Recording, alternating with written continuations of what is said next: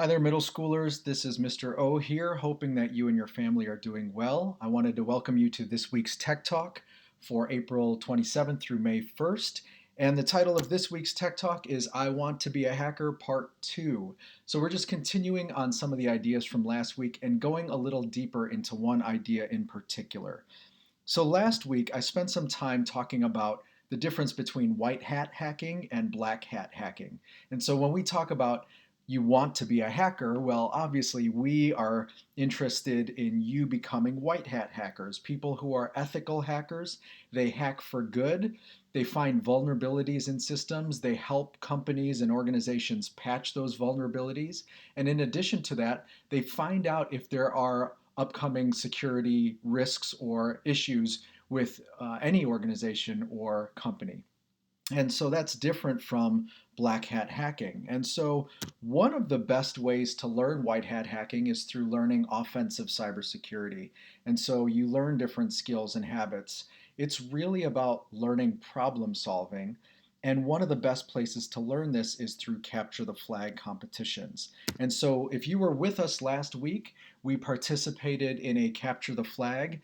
And basically, a capture the flag competition is where these organizations or groups put together different problems to solve, and some of them have to do with passwords, some of them have to do with math, some are cryptography, some of them, as they get more advanced, using the terminal or different scripting commands. And so you learn more about problem solving and, again, cybersecurity in general as you participate in Capture the Flags. And so I would encourage you from time to time to visit this site, ctftime.org. And on ctftime.org, there's a bunch of Capture the Flags. It shows you all of the Capture the Flag competitions that are coming up.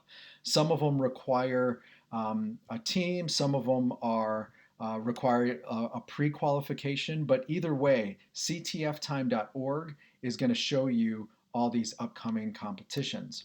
So that being said, last week we participated in the NYSERC High School CTF.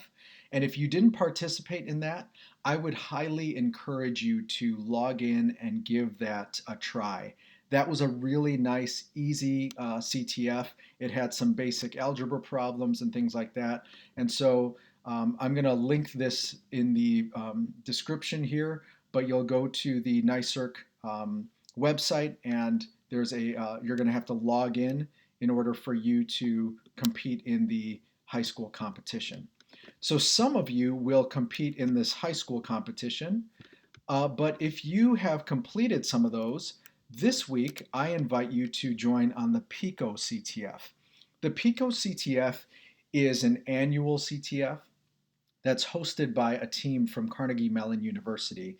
And so it's for middle and high school students, and it's usually in the fall. So this fall at Latin, I'm hoping to put together a team that competes in the PICO CTF.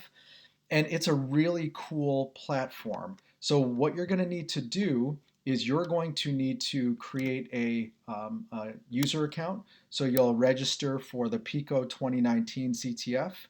And what you'll do is once you click register, join the 2019 CTF, and then you're going to click register, and you're going to create a username and password for yourself. Okay. That being said, I'm hoping that you have the ability to do that before our competition or our practice this Wednesday. I will say this, if you have a desktop or laptop that you can use, the Pico CTF works best on that, because if you look at the Pico CTF, if you click on game, there's a game that runs on what's called the Unity engine. It's a gaming engine. And ideally, again, if you've got a desktop or laptop, you can play the game through here. Now, if you're like, wait, I don't have a desktop or laptop, what you're going to end up using is you're going to be logging in, but you're going to create, so you can see this Unity game engine coming up. And so what you're going to do if you don't have a desktop or laptop is you're going to click on the challenge problems, and then all of the problems that show up in the game will show up here. Okay, and so you'll just on your iPad, get hints for these things and then submit the answers here. Now, last but not least, For every one of these CTFs, they want you to submit your answers a specific way. So you'll notice right here, the way that you have to put in your answer is that you have to type in Pico CTF, these curly brackets, and then your answer goes in there. And then that's when you click submit. Okay, so that's a really important thing that you need to know whenever you compete in a CTF is how do they want my answers submitted. So that's how you're going to submit answers for this week's CTF if you're doing Pico. All of that to say, I am hoping that you will join me this Wednesday afternoon. Um, some of us will be working on the NYSERC High School CTF if you haven't done that. Some of us will be working on the Pico CTF. The Google Meet is going to be linked in the description. It's right here. You're going to join us on the Meet and you're just going to start working. Starting next week, we are going to participate in the NYSERC Middle School Capture the Flag competition. That's it from me. Hope to see you this Wednesday afternoon. Take care.